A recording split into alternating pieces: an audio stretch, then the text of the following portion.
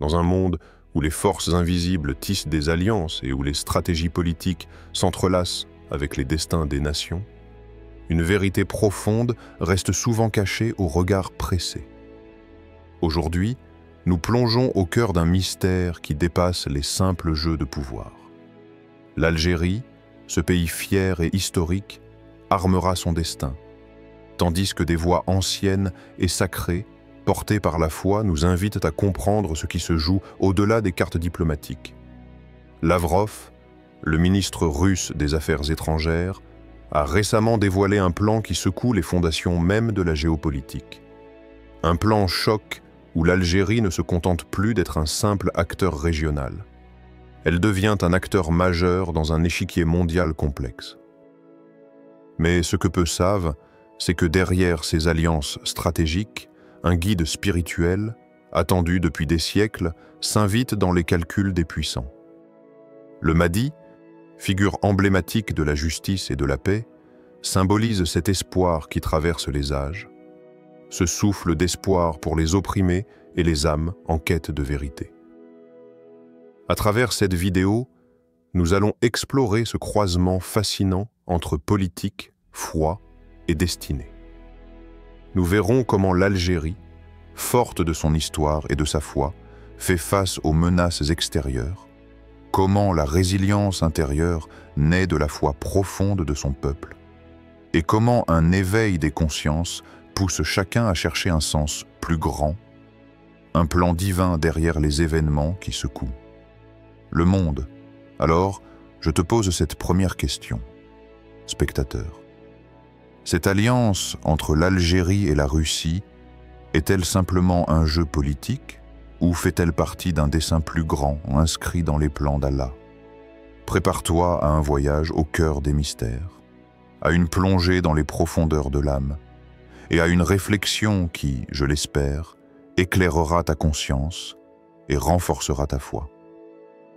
Bienvenue dans ce récit où le politique croise le spirituel, où la stratégie rencontre la sagesse ancienne et où chaque instant est une invitation à regarder au-delà du visible.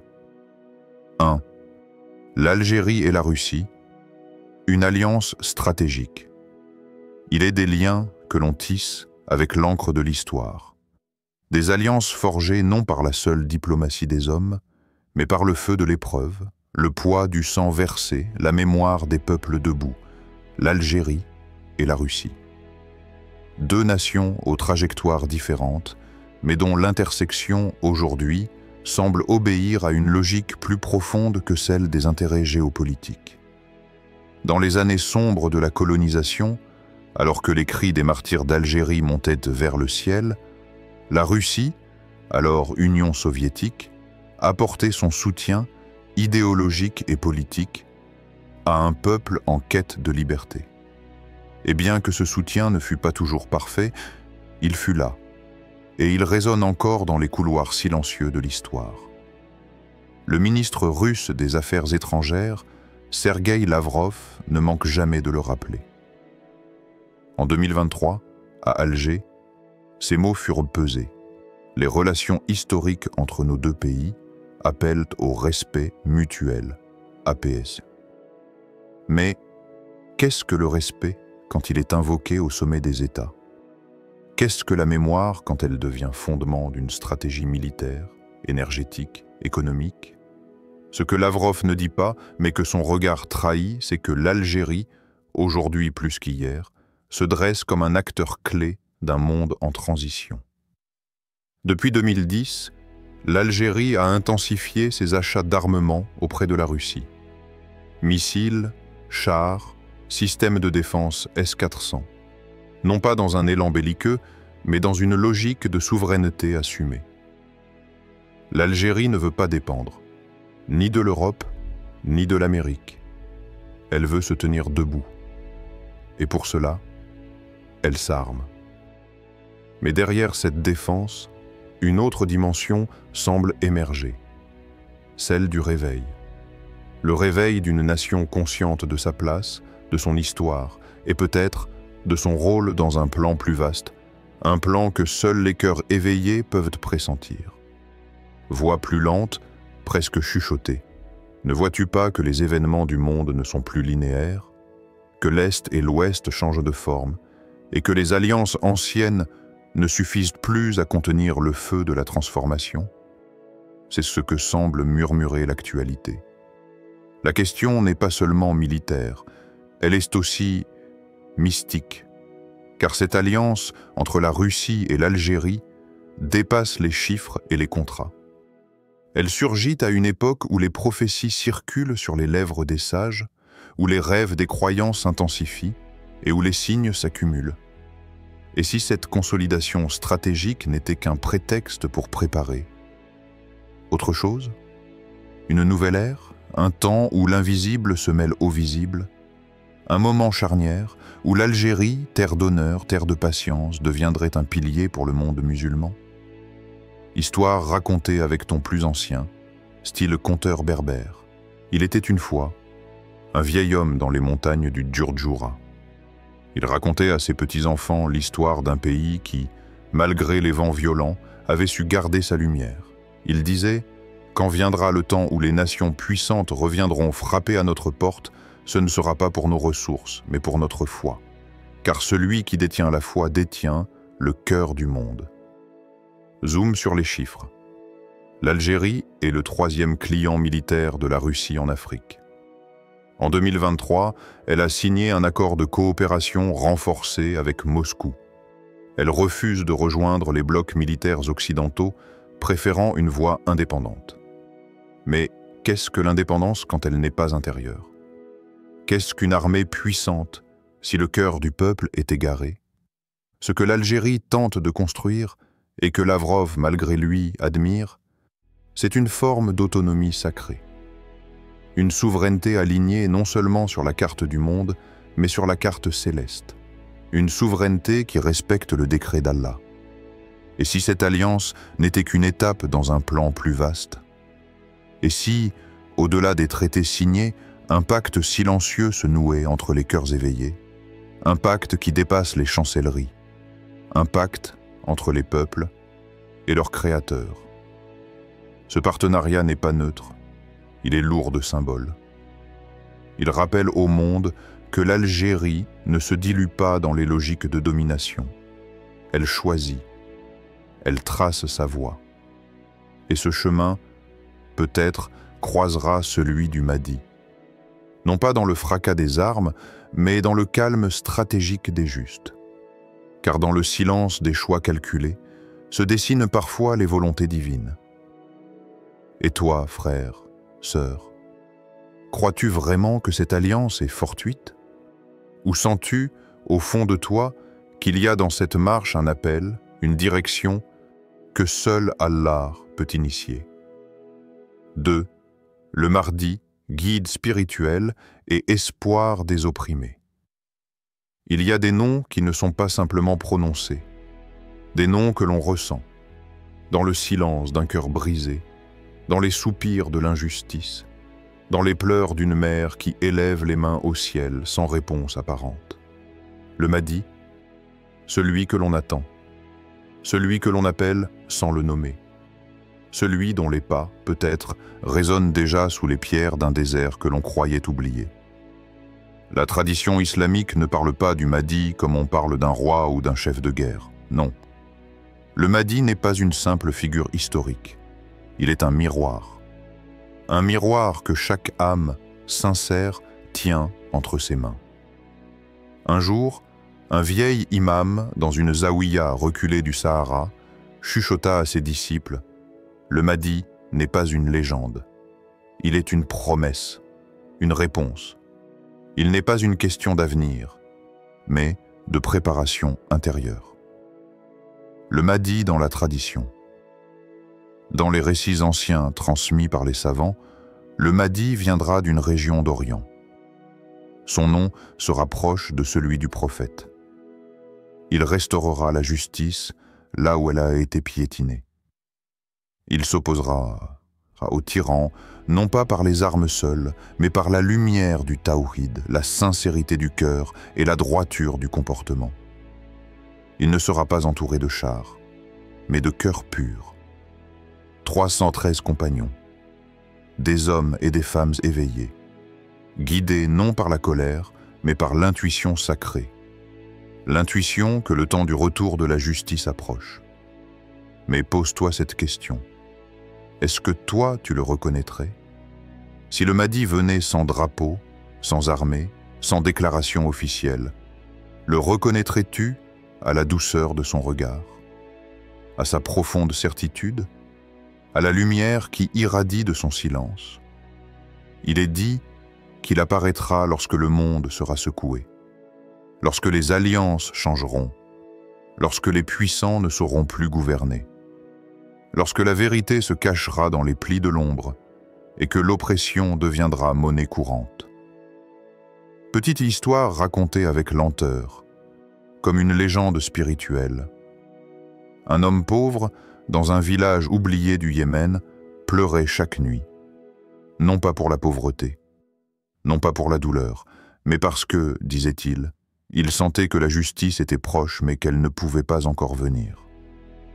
Il disait à son fils, « Le mardi n'attend pas le monde, c'est le monde qui attend qu'on se réveille. Et maintenant, regarde autour de toi. Ne vois-tu pas les signes? Des alliances improbables entre nations jadis opposées, un chaos économique qui balaye les frontières, un peuple ici qui s'éveille, un autre là-bas qui se soulève. Est-ce encore de la politique ou est-ce que l'appel du destin? Quand la Russie et l'Algérie s'allient, quand l'Orient et l'Occident s'observent avec méfiance, quand la parole devient arme et la foi devient bouclier, quelque chose de profond se prépare. Transition émotionnelle. Tu ne verras pas le Mahdi dans les journaux, il ne passera pas sur les écrans des chaînes de télévision, mais ton cœur te dira un jour, il est là, le moment est venu. Dis-moi, quand tu vois le monde basculer, quand tu entends les cris des opprimés, quand tu sens l'étau se resserrer sur les peuples sincères, ne ressens-tu pas, toi aussi, que quelque chose approche, que quelqu'un se prépare, pas à régner, mais à réveiller? Petit rappel symbolique issu de la sagesse islamique. Il est dit que le Mahdi apparaîtra sans le vouloir, poussé par la pression des événements. Son apparition coïncidera avec un chaos géopolitique, une perte généralisée de repères moraux. Il redonnera à l'humanité la lumière de la justice, la guidance spirituelle, la noblesse du cœur le Mahdi. Ce n'est pas un nom, c'est un souffle, un appel, un rappel à l'ordre divin. Un homme choisi, mais humble. Un guide, sans orgueil, sans ambition politique, sans calcul. Mais avec en lui la vérité que beaucoup ont oubliée. Il ne vient pas pour briller, il vient pour rappeler. Chuchotement du narrateur, presque inaudible. Prépare ton cœur, nettoie-le, purifie ton regard. Car lorsque les pas du Mahdi frapperont la terre, seuls les cœurs lavés de l'ego sauront l'entendre. Les événements actuels, les alliances géopolitiques, pourraient-ils être les prémices de cette prophétie? Et si ton âme, en silence, te le murmurait depuis le début, oses-tu l'écouter? 3. Menaces extérieures et résilience intérieure. Le monde regarde, souvent distrait, parfois complice. Des forces invisibles s'agitent dans l'ombre, cherchant à faire vaciller ce qui semble inébranlable. Lavrov lui-même tire la sonnette d'alarme. Des plans ourdis pour déstabiliser l'Algérie. Ce pays au cœur d'une Afrique fière, riche de son histoire, de sa culture et d'une foi ancrée depuis des siècles. Ces plans ne sont pas toujours bruyants. Ils sont subtils. Ils prennent la forme de murmures, de divisions semées dans la société, de provocations dissimulées sous des couches d'informations manipulées. Mais ici, dans les montagnes du Hogar, dans les plaines du Tel, dans les villes où l'âme algérienne bat au rythme du passé et du futur, la résistance est une réalité. Une résilience née d'un héritage que le temps ne peut effacer. Histoire symbolique. Dans un village de Kabylie, un vieux sage se tenait face à la foule.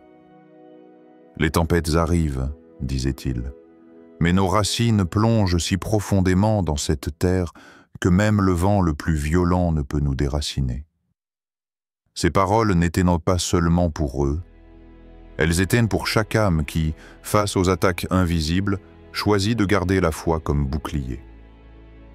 Narrateur, plus lent, plus réfléchi. La foi. Ce n'est pas seulement un refuge individuel, une prière murmurée à l'abri des regards.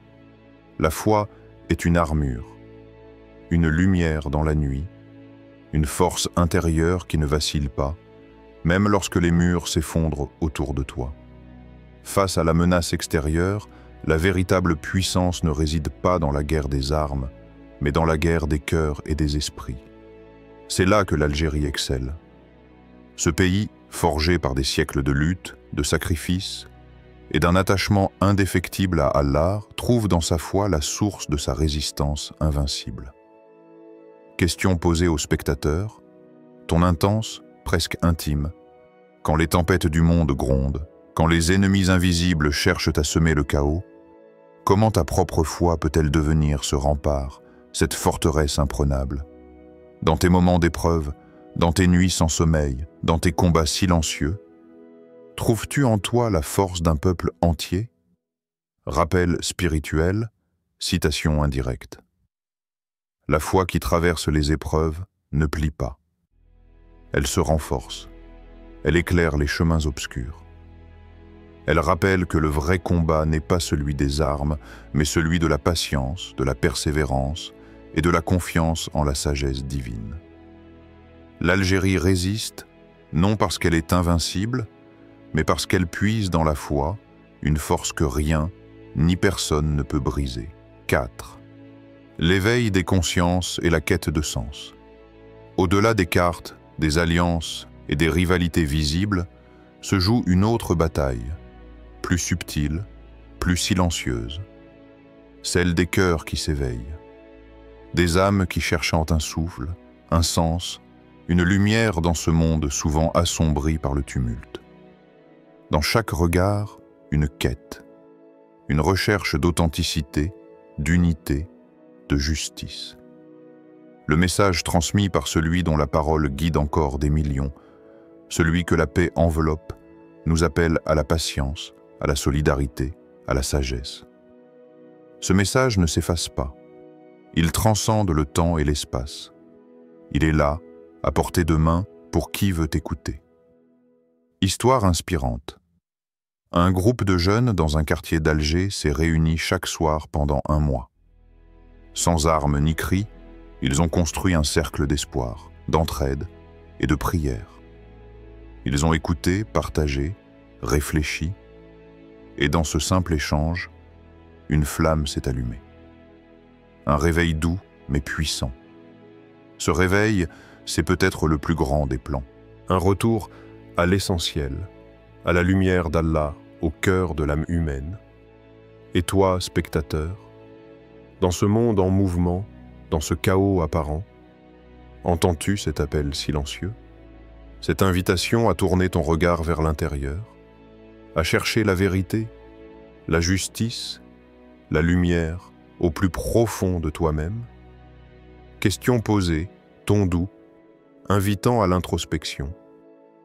Et si le véritable plan n'était pas une simple stratégie politique, mais celui d'Allah guidant les cœurs vers la lumière au milieu des ténèbres?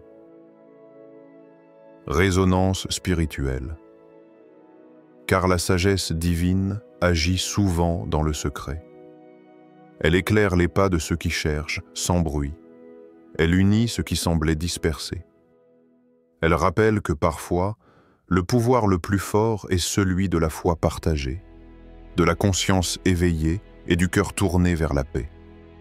Peut-être que ce réveil, ce retour aux sources est le plus grand des plans. En regardant ces alliances, ces défis et ce réveil intérieur, nous comprenons que l'histoire ne se limite pas aux actions visibles. Elle est façonnée par des forces bien plus profondes, des forces spirituelles que peu de regards savent discerner, mais que chaque cœur peut sentir s'il s'ouvre à la lumière. L'Algérie, par sa résistance et sa foi, illustre cette force intérieure, cette lumière qui traverse les ténèbres. Face aux menaces extérieures, ce n'est pas seulement la puissance militaire ou politique qui façonne l'avenir, mais la confiance en Allah, la persévérance et la quête sincère de justice et de paix. Le Mahdi, ce guide attendu, n'est pas un simple mythe ou une légende du passé. Il incarne l'espoir renouvelé, la justice divine et la promesse que même dans les moments les plus sombres, la lumière finira par triompher. Mais ce triomphe ne dépend pas uniquement des événements extérieurs. Il commence en chacun de nous, dans notre foi, dans notre volonté d'éveiller nos consciences, d'unir nos cœurs et de marcher sur le chemin de la patience et de la sagesse. Alors, toi qui regardes cette vidéo, je t'invite à réfléchir. Face aux tempêtes du monde, quelle est la force intérieure qui te guide? Comment ta foi peut-elle devenir ce bouclier, cette lumière qui éclaire même les nuits les plus noires? Le plan d'Allah, souvent invisible, se déploie dans les cœurs qui s'ouvrent, dans les âmes qui cherchent la vérité et dans ceux qui s'efforcent de bâtir la paix et la justice. Que cette vidéo soit pour toi une source d'inspiration, un appel à l'éveil et un rappel que, quelle que soit l'ampleur des défis, la lumière divine reste la plus puissante des forces. Puisse Allah guider chacun de nous sur ce chemin, renforcer notre foi et illuminer notre destin. Merci d'avoir écouté avec attention et que la paix soit sur toi.